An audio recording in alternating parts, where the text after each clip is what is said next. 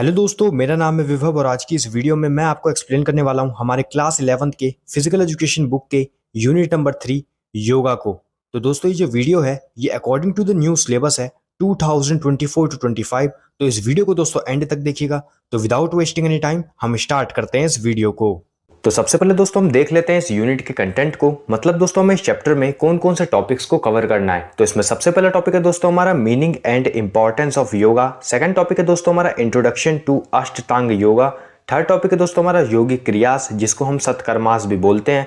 Fourth topic है दोस्तों हमारा प्राणायाम एंड इट्स टाइप्स। और लास्ट टॉपिक है दोस्तों हमारा active lifestyle and stress management through yoga. तो चलिए दोस्तों स्टार्ट करते हैं सबसे पहले टॉपिक से, meaning and importance of yoga. तो सबसे पहले योगा का मीनिंग क्या होता है। तो दोस्तों जो योगा वर्ड है वो डिराइव होता है संस्कृत वर्ड युज से, जिसका मतलब होता है यूनाइट और टू जॉइन। और दोस्तों अगर हम बात करें डेफिनेशन की योगा के, तो दोस्तों योगा का डेफिनेशन है yoga is the unification of आत्मा विद परमात्मा। इसका मतलब क्या होता है दोस्तों, इसका मतलब होता है कि आत्मा से परमात्मा का मिलन ही योगा है। तो आई होप ये मीनिंग आपको समझ में आई होगी योगा की। नेक्स्ट हम देखते हैं इंपॉर्टेंस ऑफ योगा। तो योगा का क्या इंपॉर्टेंस है। सबसे पहला फिजिकल प्योरिटी। इसका मतलब है दोस्तों अगर हम योगा को रेगुलरली परफॉर्म करते हैं तो इससे दोस्तों जो हमारे इंटरनल ऑर्गन है वो प्योर हो जाते हैं, वो प्योरीफाई हो जाते हैं, वो क्लीन हो जाते हैं। नेक्स्ट दोस्तों हमारे पॉस्चरल डिफॉर्मिटीज। इसका मतलब है दोस्तों अगर हम योगा को रेगुलरली परफॉर्म करते हैं तो इससे दोस्तों हमारा जो पॉस्चर वो एकदम वेल मेंटेन्ड रहता है। और जो योगा है वो हमें प्रिवेंट भी करता है, वो हमें बचाता है वेरियस पॉस्चरल डिफॉर्मिटीज से। थर्ड है प्रिवेंशन फ्रॉम डिजीज। तो इसका मतलब दोस्तों अगर हम रेगुलरली योगा को परफॉर्म करते हैं तो योगा जो है दोस्तों वो हमें प्रिवेंट करता है वेरियस डिजीज से, अलग अलग बीमारियों से। जो योगा है वो हमें बचा के रखता है अगर हम योगा को रेगुलरली परफॉर्म करते हैं।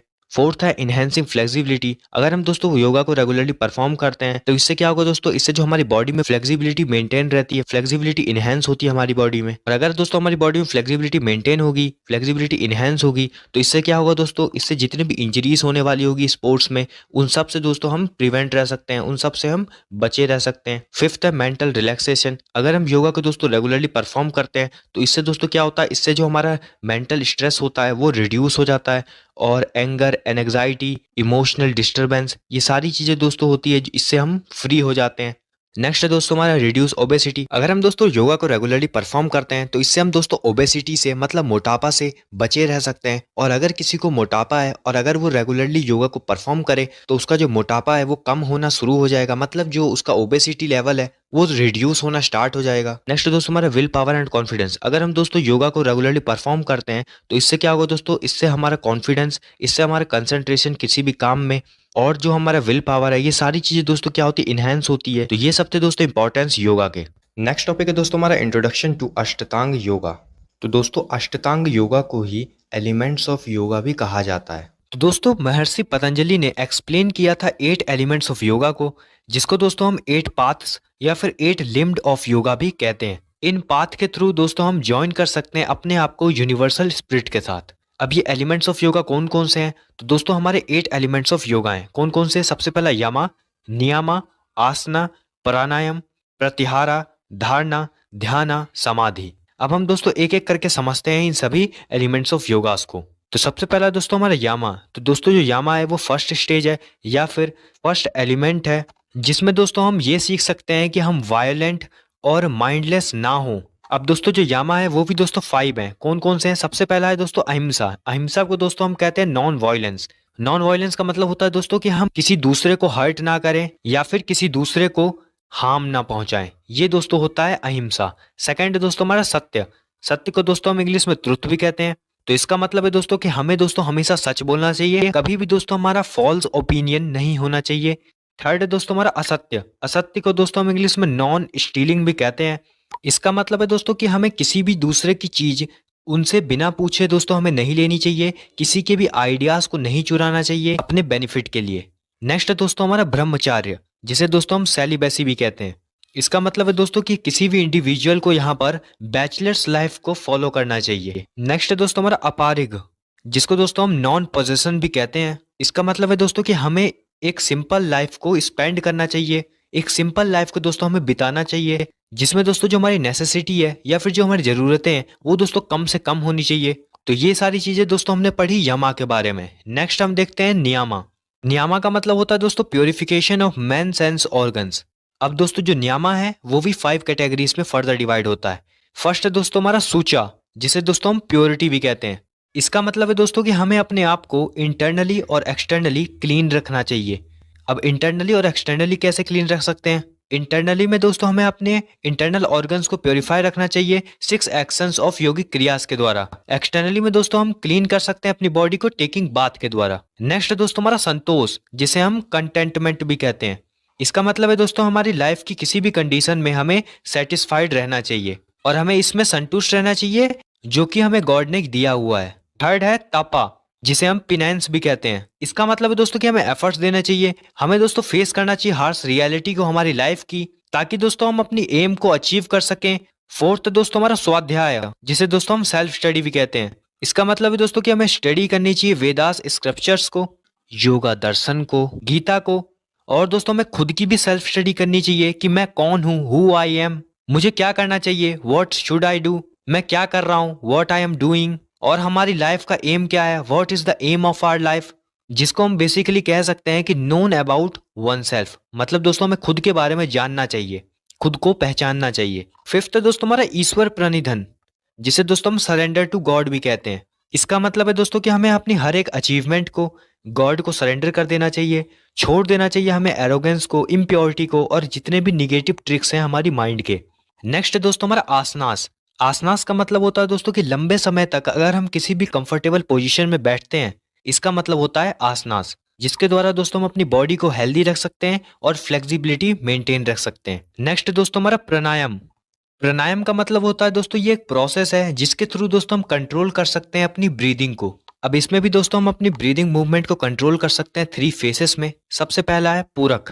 पूरक में दोस्तों हम क्या करते हैं कि हम इनहेल करते हैं एयर को थ्रू लंग्स। सेकेंड है रिचक। इसमें दोस्तों हम क्या करते हैं, इसमें दोस्तों हम एक्सहेल करते हैं एयर को फ्रॉम लंग्स। और थर्ड है दोस्तों हमारा कुंभक। इसमें दोस्तों हम किसी भी पर्टिकुलर पोस्चर में अपनी ब्रीथ को होल्ड करके रखते हैं, इसको हम कहते हैं कुंभक। आई होप आपको प्राणायाम समझ में आया होगा। नेक्स्ट है दोस्तों हमारा प्रतिहारा। प्रतिहारा दोस्तों एक प्रोसेस है जिसके थ्रू दोस्तों हम कंट्रोल रख सकते हैं अपने सेंसेस पर। नेक्स्ट है दोस्तों हमारा धारणा। तो धारणा का मतलब होता है दोस्तों कंसंट्रेशन ऑफ माइंड। नेक्स्ट है दोस्तों हमारा ध्याना। ध्याना का मतलब होता है कि दोस्तों हम अपनी माइंड को एकदम स्टेबल पोजीशन में रखें और कोई भी हर्डल को उस समय पर ना आने दें। नेक्स्ट है दोस्तों हमारा समाधि। तो समाधि का मतलब होता है दोस्तों कि कोई भी इंडिविजुअल अपने सोल को जब सुप्रीम सोल से यूनाइट कर ले या फिर यूनियन कर ले, उसी को दोस्तों हम समाधि कहते हैं। अब आप पूछेंगे दोस्तों कि सुप्रीम सोल क्या होता है? तो सुप्रीम सोल मतलब हो गया गॉड।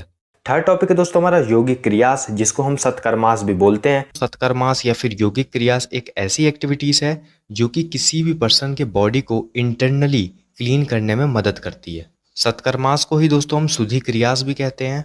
सत्कर्मास में दोस्तों 6 एक्शंस आते हैं। कौन कौन से 6 एक्शंस?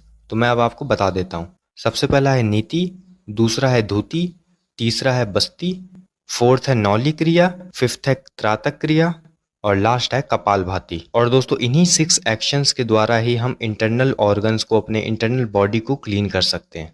तो चलिए हम इन सभी एक्शंस को एक एक करके डिटेल में समझते हैं। फर्स्ट है दोस्तों हमारा नीति। तो दोस्तों नीति क्रिया के द्वारा हम अपने नोज को इंटरनली क्लीन कर सकते हैं। नीति क्रिया जो है दोस्तों वो 3 टाइप्स की है, जल नीति, सूत्र नीति और दुग्ध नीति। जल नीति में क्या होता है दोस्तों? तो दोस्तों जल नीति में कोई भी पर्सन जो होता है वो क्या करता है, वो अपने जो उसका हेड है वो हल्का सा उसको टिल्ट कर देता है, मतलब हल्का सा टेढ़ा कर देता है। उसके बाद अपने हाथ में एक नीति पोट ले लेता है। नीति पोट क्या होता है वो दोस्तों आपको स्क्रीन पर दिख ही रहा होगा। नीति पोट में दोस्तों वो एक सलाइन सॉल्यूशन को भर देता है। सलाइन सॉल्यूशन का मतलब हो गया कि हल्का सा खारा पानी, हल्का सा गर्म पानी जो होता है उसको वो ले लेता है। उसके बाद दोस्तों वो नीति पोट से अपने एक नाक में पानी डालता है और वो जो पानी होता है वो दूसरे नाक से निकल जाता है। और इसी चीज़ को दोस्तों वो अपनी दूसरी नाक से भी परफॉर्म करता है। उस वाली नाक से भी दोस्तों वो पानी डालता है और दूसरी वाली नाक से निकाल लेता है। तो इससे दोस्तों जो हमारे नोज होते हैं वो इंटरनली क्लीन होते हैं और इसी को दोस्तों हम जल नीति कहते हैं। सेकंड है दोस्तों हमारा सूत्र नीति। तो दोस्तों सूत्र नीति को परफॉर्म करने के लिए जो पर्सन होते हैं वो क्या करते हैं, वो दोस्तों एक धागा का यूज़ करते हैं। और जो दोस्तों जो धागा होता है वो एक नॉर्मल धागा भी हो सकता है या फिर रबड़ का भी धागा हो सकता है। तो दोस्तों उस धागे को दोस्तों वो लोग नाक में डालते हैं और मुंह से उसको निकाल लेते हैं और दोस्तों उन धागा के दोनों कॉर्नर को पकड़ लेते हैं, जैसे कि आप इमेज में भी देख पा रहे होंगे। तो दोस्तों इस एक्टिविटी को परफॉर्म करने से होता ये है कि जो दोस्तों हमारा नाक होता है वो बिल्कुल क्लीन हो जाता है। तो यही होता है दोस्तों सूत्र नीति। और लास्ट नीति है दोस्तों हमारा दुग्ध नीति। तो दोस्तों जो दुग्ध नीति है, दुग्ध का मतलब होता है दोस्तों मिल्क।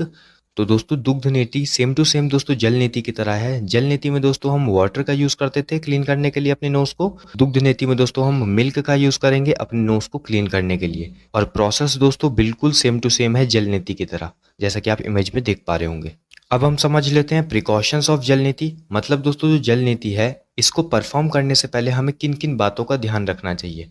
तो दोस्तों जल नीति को परफॉर्म करने से पहले सबसे पहले जो वाटर है वो बिल्कुल फ्रेश और क्लीन होना चाहिए। वाटर दोस्तों हल्का सा वार्म होना चाहिए, मैंने दोस्तों आपको पहले भी बता ही दिया था। और दोस्तों जो मैंने आपको पहले बताया था जो सलाइन सोल्यूशन का इसमें यूज होता है, तो सलाइन सोल्यूशन का मतलब हो गया दोस्तों हल्का सा खारा पानी। और खारा करने के लिए दोस्तों इसमें ये लोग नमक का प्रयोग करते हैं, जो कि एक्सेस अमाउंट में नहीं होना चाहिए।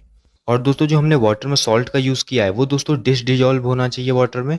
और दोस्तों हम जल नीति को जब परफॉर्म कर रहे हैं तब दोस्तों हमें इनहेलेशन प्रोसेस, एक्सहेलेशन प्रोसेस इसको दोस्तों करते रहना है अपने माउथ के थ्रू। और दोस्तों स्टार्टिंग में दोस्तों जब हम जल नीति को परफॉर्म कर रहे हैं तब दोस्तों हमें अपने योगा टीचर को या किसी एक्सपर्ट को करते हुए देखकर ऑब्जर्व करना होगा और दोस्तों वैसे ही उनको देखकर परफॉर्म करना होगा। अब हम देख लेते हैं बेनिफिट्स ऑफ जल नीति।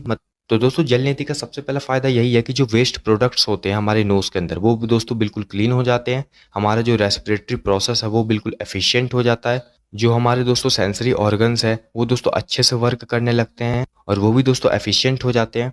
जितने भी तरीके की दोस्तों डिजीजेज होती हैं जैसे कि बैड कोल्ड, कफ, इस तरीके की दोस्तों जो डिजीज है इनको दोस्तों वो एलिमिनेट कर देता है। जो दोस्तों हमारा आई साइट है वो दोस्तों इम्प्रूव हो जाता है। हमारा जो इंटेलिजेंस है या फिर जो हमारी मेमोरी पावर है वो भी इम्प्रूव होती है।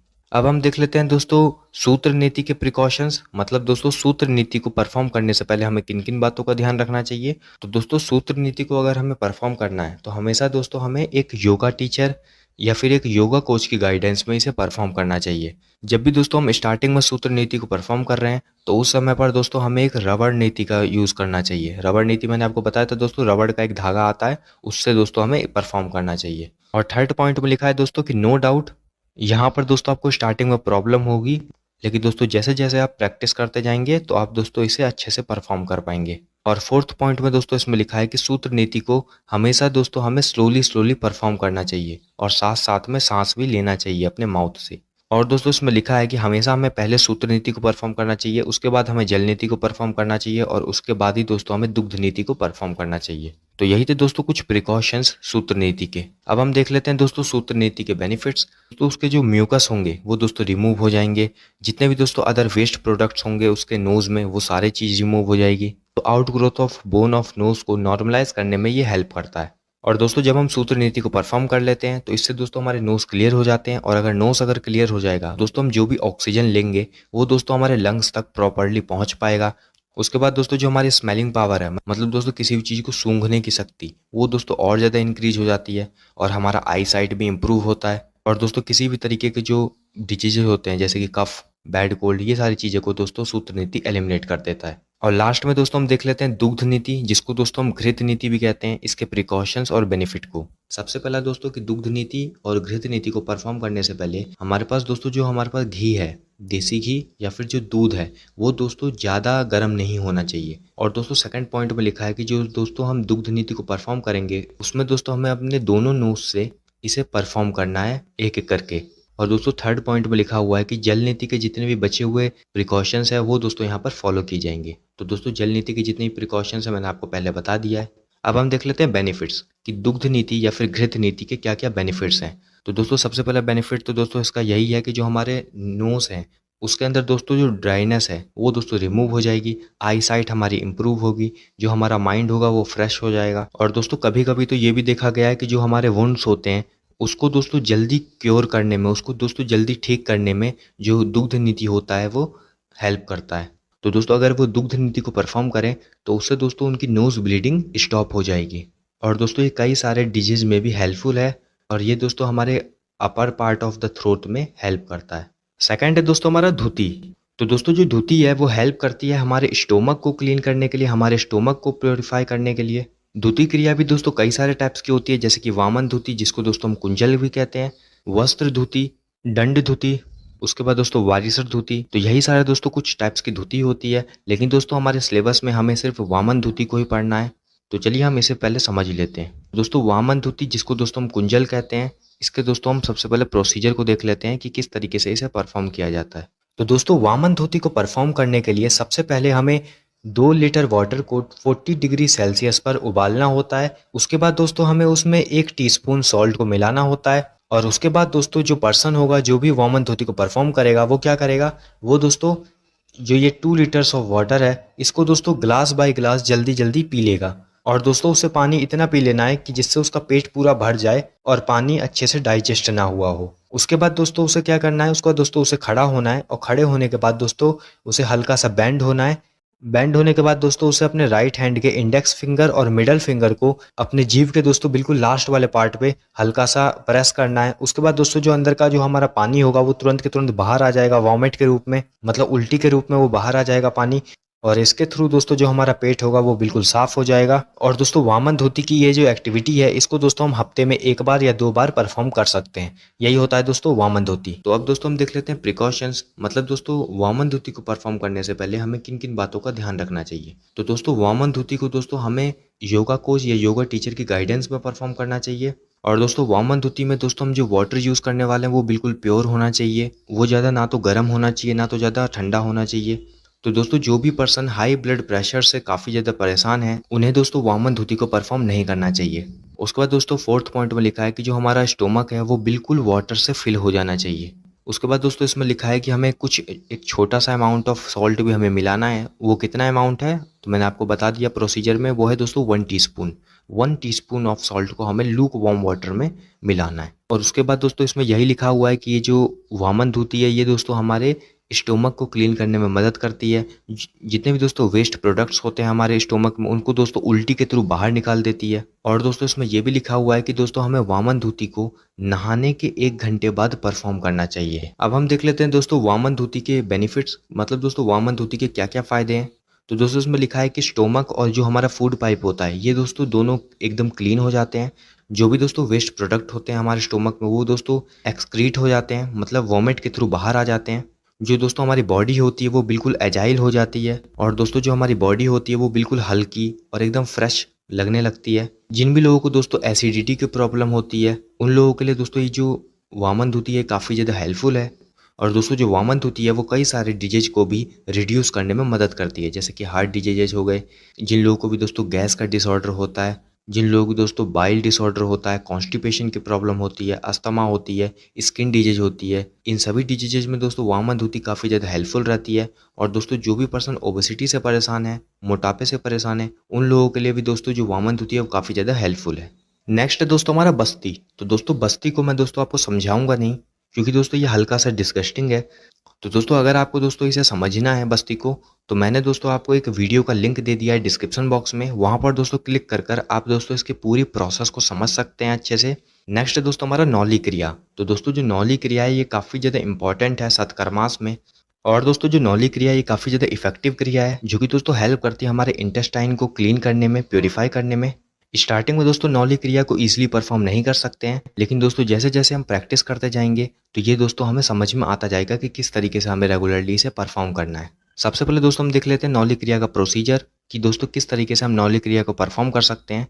तो नौली क्रिया को परफॉर्म करने के लिए दोस्तों सबसे पहले हमें एकदम स्ट्रेट खड़ा होना है। उसके बाद दोस्तों हमें हल्का सा बेंड होना है, अपने नीज को हल्का सा बेंड करना है। उसके बाद दोस्तों हमें अपने दोनों हैंड्स को अपने थाइस पर रखना है। और उसके बाद दोस्तों हमें अपने हेड को भी हल्का सा बेंड करना है। उसके बाद दोस्तों हमें अपने बेली को, मतलब जो हमारा पेट है, उसको हल्का सा अंदर करना है। और उसके बाद दोस्तों हमें हल्का सा उसे बाहर भी करना है, जैसा कि आप इमेज में भी देख पा रहे होंगे। इस क्रिया को दोस्तों बाबा रामदेव बहुत अच्छे से परफॉर्म करते हैं। और उसके बाद दोस्तों हमें हल्का सा अपनी ब्रीथ को स्टॉप कर लेना है। और दोस्तों जो हमारा एब्डोमिनल मसल है जो दोस्तों बाहर आ रहा है, उसको दोस्तों हल्का सा मूव करते रहना है। उसके बाद दोस्तों हमें फ्यू सेकंड्स तक होल्ड करना है वहाँ पे, और वापस से अपने कंफर्टेबल पोजीशन में खड़े हो जाना है। तो यही होता है दोस्तों नौली क्रिया। नौली क्रिया के दोस्तों क्या प्रिकॉशंस है, मतलब दोस्तों नौली क्रिया को परफॉर्म करने से पहले हमें किन किन बातों का ध्यान रखना चाहिए। तो सबसे पहले तो दोस्तों नौली क्रिया को भी दोस्तों हमें किसी योगा कोच या फिर दोस्तों किसी योगा टीचर की देख रेख में ही परफॉर्म करना चाहिए। नौली क्रिया को दोस्तों हमेशा हमें खाली पेट परफॉर्म करना चाहिए और मॉर्निंग में ही परफॉर्म करना चाहिए। और दोस्तों जिन भी पर्सन की अगर आईज में पेन है तो उन्हें दोस्तों नौली क्रिया को परफॉर्म नहीं करना चाहिए। तो यही थे दोस्तों इसके कुछ प्रिकॉशंस। अब हम देख लेते हैं दोस्तों नौली क्रिया के बेनिफिट्स। तो दोस्तों जो नौली क्रिया है ये दोस्तों हमारे जितने भी एब्डोमिनल डिजीज होते हैं उसको दोस्तों रिमूव कर देता है। जो दोस्तों हमारे एब्डोमिनल ऑर्गन्स हैं उनकी दोस्तों एक्टिविटी को, उनकी कैपेबिलिटी को इंक्रीज कर देता है। जो हमारे दोस्तों स्टोमक का जो फायर है जिसे दोस्तों हम जटाग्नि कहते हैं उसको दोस्तों इंक्रीज करता है, जिसके द्वारा जो भी हम फूड खाते हैं वो दोस्तों अच्छे से डाइजेस्ट हो पाता है। जो दोस्तों कॉन्स्टिपेशन की प्रॉब्लम होती है ये भी दोस्तों ये जो नौली क्रिया ये रिमूव कर देता है। और दोस्तों जो नौली क्रिया है ये हेल्प करता है भूख को बढ़ाने के लिए, मतलब हंगर को भी इंक्रीज करने में हेल्प करता है नौली क्रिया। जितने भी दोस्तों वेस्ट मटेरियल होते हैं उसको दोस्तों रिमूव कर देता है। और दोस्तों जो भी पर्सन नौली क्रिया को परफॉर्म करता है वो दोस्तों हर्निया के चांसेस को भी एलिमिनेट कर सकता है। नेक्स्ट है दोस्तों हमारा त्राटक क्रिया। तो दोस्तों जो त्राटक क्रिया है ये दोस्तों एक प्रोसेस है जिसमें दोस्तों हम किसी भी एक ऑब्जेक्ट पर कंसंट्रेट करते हैं अपने आइज को बिना ब्लिंक किए। तो सबसे पहले हम समझ लेते हैं इसके प्रोसीजर को कि दोस्तों किस तरीके से हम त्राटक क्रिया को परफॉर्म कर सकते हैं। तो दोस्तों त्राटक क्रिया को परफॉर्म करने के लिए सबसे पहले हमें दोस्तों एक कैंडल को जलाना है। उसके बाद दोस्तों हमें उससे 1 मीटर की दूरी पर बैठ जाना है। और दोस्तों जो हमने कैंडल जलाया उस कैंडल की दोस्तों जो वो फ्लेम होगी वो दोस्तों हमारे बिल्कुल आई लेवल पर होनी चाहिए। उसके बाद दोस्तों हमें अपने आईज से बिल्कुल उसके फ्लेम पर फोकस करना है बैठकर। और दोस्तों हमें इस समय पर बिल्कुल भी ब्लिंक नहीं करनी है अपनी आईज को, जितना हम कर सकते हैं। और दोस्तों हो सकता है कि थोड़ी देर में आपकी आईज से पानी आने लगे, तो उस समय पर दोस्तों हमें अपनी आईज को बिल्कुल क्लोज करना है और उसके बाद दोस्तों हमें थोड़ी देर तक मेडिटेट करना है। तो यही होता है दोस्तों त्राटक क्रिया। अब हम देख लेते हैं दोस्तों प्रिकॉशंस त्राटक क्रिया को परफॉर्म करने के लिए। मतलब दोस्तों त्राटक क्रिया को अगर हमें परफॉर्म करना है तो उससे पहले दोस्तों हमें किन किन बातों को ध्यान रखना चाहिए। तो दोस्तों त्राटक क्रिया को परफॉर्म करने से पहले हमें इन बातों का ध्यान रखना चाहिए कि जहां पर भी दोस्तों हम त्राटक क्रिया को परफॉर्म कर रहे हैं वो एरिया जो है दोस्तों वो बिल्कुल शांत होना चाहिए और वहां पर दोस्तों आप अकेले होने चाहिए। उसके बाद दोस्तों जो हमने कैंडल जलाया है वो दोस्तों 1 मीटर की डिस्टेंस पर होना चाहिए और हमारे आई लेवल पर होना चाहिए। और दोस्तों हमें त्राटक क्रिया को अपनी कैपेसिटी के अनुसार ही परफॉर्म करना चाहिए। अब हम देख लेते हैं दोस्तों इसके कुछ बेनिफिट्स कि त्राटक क्रिया के क्या क्या बेनिफिट्स हैं। तो दोस्तों त्राटक क्रिया का बेनिफिट यह है कि सबसे पहले तो ये दोस्तों हमारे कंसंट्रेशन पावर को इंक्रीज करता है, हमारी आई साइट को इंप्रूव करता है, हमारे विल पावर को डेवलप करता है, हमारे प्राण एनर्जी को, इम्यूनिटी पावर को डेवलप करता है, हमारे स्ट्रेंथ को इंक्रीज करता है। और उसके बाद दोस्तों जो हमें कभी कभी लेजीनेस आती है उसको दोस्तों रिमूव करने में मदद करता है। तो यही था दोस्तों त्राटक क्रिया। नेक्स्ट है दोस्तों हमारा कपालभाति। कपालभाति को दोस्तों करने के लिए हमें कुछ प्रोसीजर को फॉलो करना पड़ता है। सबसे पहला स्टेप है दोस्तों कि हमें ग्राउंड पर बैठना है क्रॉस लेग्ड पोजीशन में। उसके बाद दोस्तों हमें अपने आईज को क्लोज कर लेना है और दोस्तों जो हमारा स्पाइन है उसे भी हमें स्ट्रेट रखना है। उसके बाद दोस्तों हमें एक गहरी सांस लेनी है जिसमें दोस्तों हम ज़्यादा से ज़्यादा एयर को अपने लंग्स में फिल कर लें। उसके बाद दोस्तों हमें एक्सेल करना है, मतलब सांस को छोड़ना है। और दोस्तों जब हम सांस को छोड़ेंगे इस प्रोसेस में दोस्तों हमें एक हिजिंग साउंड सुनाई देगी। इसी को दोस्तों हम कपालभाति कहते हैं। अब दोस्तों इस आसना के कुछ बेनिफिट्स भी हैं। सबसे पहला बेनिफिट है दोस्तों कि ये जो आसना है ये डाइजेशन को इम्प्रूव करता है और ब्लड सर्कुलेशन को भी इम्प्रूव करता है, हमारे किडनीज और लीवर के फंक्शन को भी इम्प्रूव करता है और स्ट्रेस और एंग्जाइटी से हमें छुटकारा दिलाता है और हमारे माइंड को बिल्कुल शांत कर देता है। अब दोस्तों इस आसना के कुछ कॉन्ट्रा इंडिकेशंस भी हैं, मतलब दोस्तों किन लोगों को इस आसना को परफॉर्म नहीं करना चाहिए। तो दोस्तों जो लोग भी सफ़र कर रहे हैं अल्सर से, हाई ब्लड प्रेशर से और हार्ट डिजीज से, उन्हें दोस्तों इस आसना को परफॉर्म नहीं करना चाहिए। नेक्स्ट टॉपिक है दोस्तों हमारा प्राणायाम एंड इट्स टाइप्स। तो दोस्तों प्राणायाम एक संस्कृत वर्ड है जिसमें प्रण का मतलब होता है ब्रीथ एंड आयाम का मतलब होता है कंट्रोल। तो दोस्तों हम कह सकते हैं कि जो प्राणायाम है वो एक प्रैक्टिस है जिसके थ्रू कोई भी पर्सन अपने ब्रीथ को कंट्रोल कर सकता है। वैसे तो दोस्तों प्राणायाम कई तरीके के होते हैं लेकिन हमारे सिलेबस में 6 तरीके के प्राणायाम हमें पढ़ने हैं, तो वही हम दोस्तों इस वीडियो में देखेंगे। तो इसमें सबसे पहला प्राणायाम है दोस्तों हमारा अनुलोम विलोम, सेकंड है सूर्य भेदन प्राणायाम, थर्ड है उज्जयी प्राणायाम, फोर्थ है भ्रमरी प्राणायाम, फिफ्थ है शीतकारी प्राणायाम और लास्ट है शीतली प्राणायाम। तो चलिए दोस्तों हम एक एक करके इन सबको डिटेल में समझते हैं। तो सबसे पहला है अनुलोम विलोम। अनुलोम विलोम को दोस्तों हम अल्टरनेट ब्रीदिंग टेक्निक भी कहते हैं। अब दोस्तों इस आसना को परफॉर्म करने के लिए कुछ हमें प्रोसीजर को फॉलो करना पड़ता है। सबसे पहला स्टेप है दोस्तों कि हमें बैठना है क्रॉस लेग्ड पोजीशन में। उसके बाद दोस्तों जो हमारी स्पाइन होनी चाहिए वो बिल्कुल स्ट्रेट होनी चाहिए और जो हमारा हेड होगा वो भी बिल्कुल स्ट्रेट होना चाहिए। उसके बाद दोस्तों हमें अपने राइट हैंड के थंब को अपने राइट तरफ वाली नाक पर रखना है, हल्का सा प्रेस करना है, उसे हल्का सा क्लोज करना है। उसके बाद दोस्तों हमें अपने सांसों को छोड़ना है अपने लेफ्ट तरफ वाली जो हमारी नाक है वहां से, और उसके बाद दोस्तों हमें अपने लेफ्ट तरफ वाली नाक से ही सांस को अंदर भी लेना है, मतलब इनहेल भी करना है। उसके बाद दोस्तों हमें अपने राइट हैंड का जो हमारा लिटिल फिंगर है उससे दोस्तों हमें क्लोज करना है अपने लेफ्ट नॉस्ट्रिल को, मतलब हमारे लेफ्ट तरफ वाली जो नाक है उसे क्लोज करना है अपने लिटिल फिंगर से। और उसके बाद दोस्तों हमें अपने ब्रीथ को होल्ड कर कर रखना है कम से कम 15 सेकंड तक, मतलब अपने ब्रीथ को रोक कर रखना है 15 सेकंड तक। उसके बाद दोस्तों हमें अपने राइट थंब को रिमूव कर लेना है, मतलब उसे हटा लेना है। और उसके बाद दोस्तों हमें एक्सहेल करना है अपने राइट नॉस्ट्रिल से, मतलब दोस्तों हमें अपने सांसों को छोड़ना है अपने राइट तरफ वाली जो हमारी नाक है उससे। उसके बाद दोस्तों हमें फिर से इनहेल करना है अपने राइट तरफ वाली नॉस्ट्रिल से, मतलब अपने राइट तरफ वाली नाक से। उसके बाद दोस्तों हमें फिर से अपने सांसों को रोकना है कम से कम 15 सेकंड तक। उसके बाद दोस्तों हमें रिमूव करना है अपने लेफ्ट लिटिल फिंगर को अपनी नॉस्ट्रिल से, और उसके बाद दोस्तों हमें वापस से एक्सहेल करना है। तो यही होता है दोस्तों अनुलोम विलोम। अब दोस्तों इस आसना के कुछ बेनिफिट्स भी हैं, जैसे कि दोस्तों ये जो आसना है ये हमारे कंसंट्रेशन को इम्प्रूव करता है, स्पिरिचुअल पावर को भी इम्प्रूव करता है, मेमोरी स्ट्रेंथ को भी इम्प्रूव करता है, डाइजेशन को भी इम्प्रूव करता है, और दोस्तों ये हमारे माइंड को शांत करता है। सेकंड है दोस्तों हमारा सूर्य वेदन प्राणायाम। इसको दोस्तों हम राइट नॉस्ट्रिल ब्रीथिंग भी कहते हैं। अब दोस्तों ये जो आसना है इसको परफॉर्म करने के लिए दोस्तों हमें कुछ प्रोसीजर को फॉलो करना पड़ता है। सबसे पहला स्टेप है दोस्तों कि हमें ग्राउंड पर बैठना है क्रॉस लेग्ड पोजीशन में। उसके बाद दोस्तों जो हमारा हेड है उसे हमें बिल्कुल स्ट्रेट रखना है और हमें अपनी स्पाइन को भी बिल्कुल स्ट्रेट रखना है। उसके बाद दोस्तों हमें अपने आईज को क्लोज कर लेना है और अपनी होल बॉडी को, मतलब अपनी पूरी बॉडी को रिलैक्स करना है। उसके बाद दोस्तों हमें अपने दोनों हाथों को अपने नीज पर रखना है। उसके बाद दोस्तों जैसे ही हमारी बॉडी रिलैक्स हो जाती है हमें दोस्तों कंसंट्रेट करना है अपनी ब्रीदिंग पे, मतलब अपने सांसों पे दोस्तों हमें कंसंट्रेट करना है।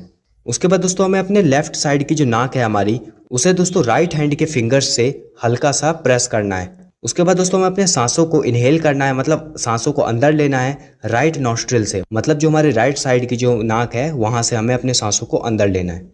उसके थोड़ी देर बाद दोस्तों हमें क्या करना है, हमें अपने राइट तरफ की जो हमारी नाक है उसे हल्का सा क्लोज करना है और जो हमारी लेफ्ट तरफ की जो नाक है वहां से हमें सांसों को छोड़ना है। इसी प्रोसेस को दोस्तों हमें रिपीट करना है 10 से 15 मिनट के लिए। तो यही होता है दोस्तों आपका सूर्य विधन प्राणायाम। अब दोस्तों ये जो आसना है इसके कुछ बेनिफिट्स भी होते हैं।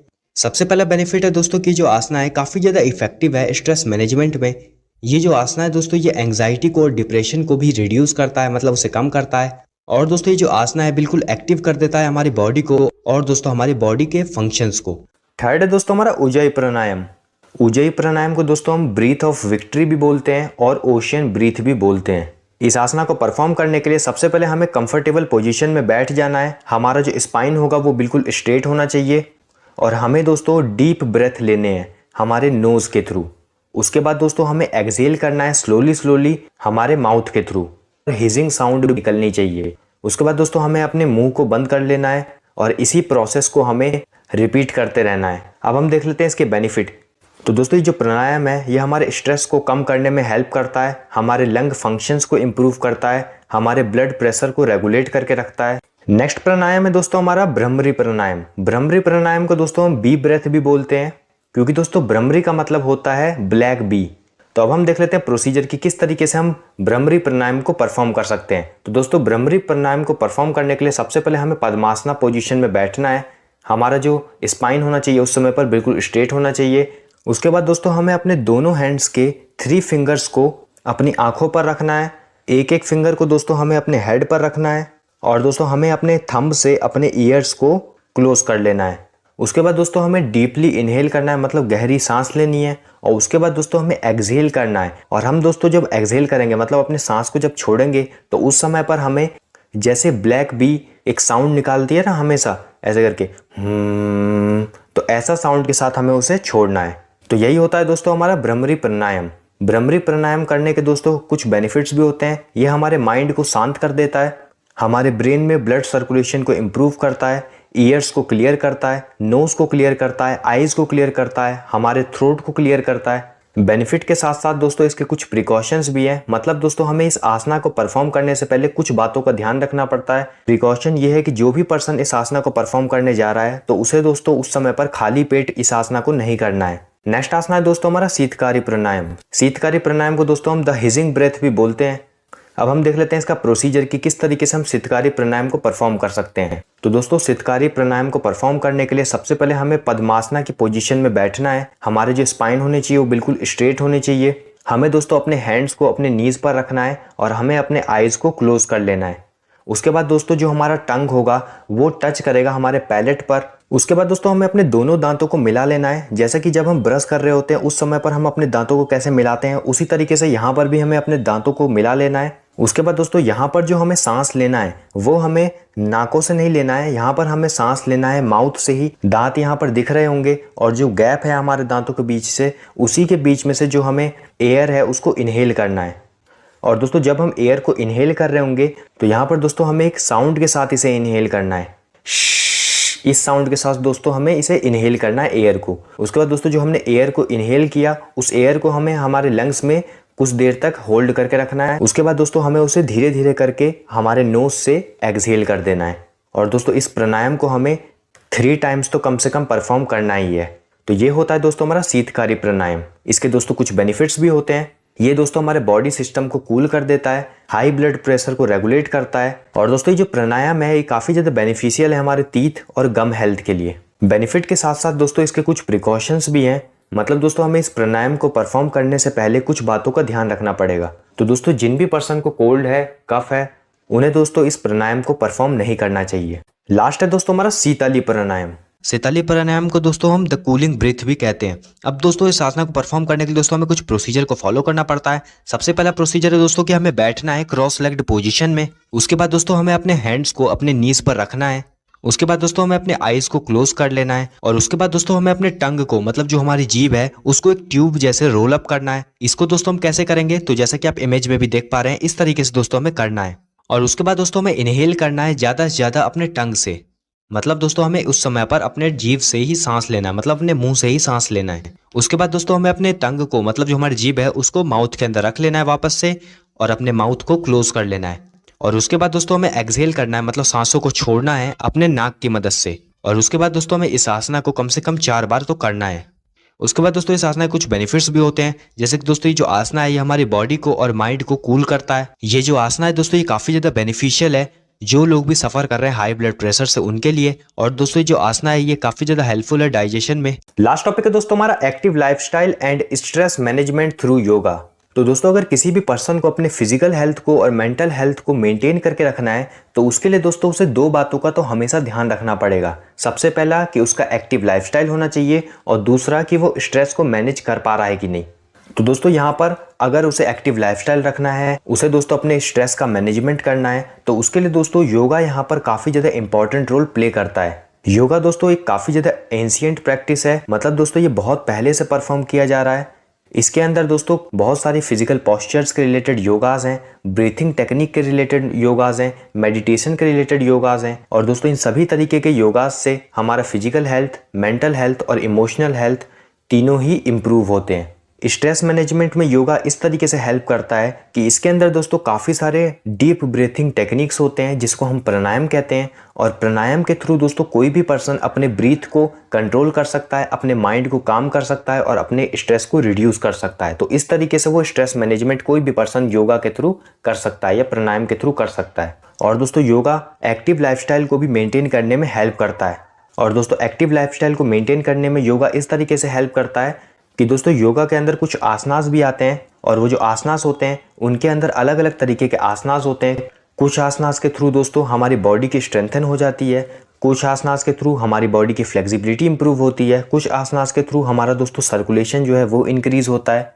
और दोस्तों अगर कोई भी पर्सन रेगुलरली योगा आसनास को परफॉर्म करता रहता है तो इससे दोस्तों उस पर्सन की ओवरऑल फिटनेस लेवल जो है वो इंक्रीज होती है और वो दोस्तों काफ़ी सारे डिजीजेस से प्रिवेंट रह सकता है, मतलब बचा रह सकता है, जैसे कि diabetes, high blood pressure, heart diseases.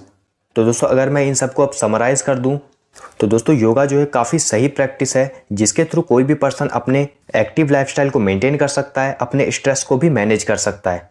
कोई भी पर्सन दोस्तों अगर प्राणायाम को रेगुलरली परफॉर्म करता है तो उसके थ्रू दोस्तों वो स्ट्रेस को मैनेज कर सकता है। कोई भी पर्सन अगर एक्टिव लाइफस्टाइल को मेंटेन करना चाहता है तो उसके लिए दोस्तों उसे योगा आसनास को परफॉर्म करना पड़ेगा और उसे दोस्तों योगा आसनास प्राणायाम, इन सबको रेगुलरली परफॉर्म करना पड़ेगा अगर कोई भी पर्सन चाहता है कि उसका एक्टिव लाइफस्टाइल हो और वो अपने स्ट्रेस को भी मैनेज करना चाहता है अगर।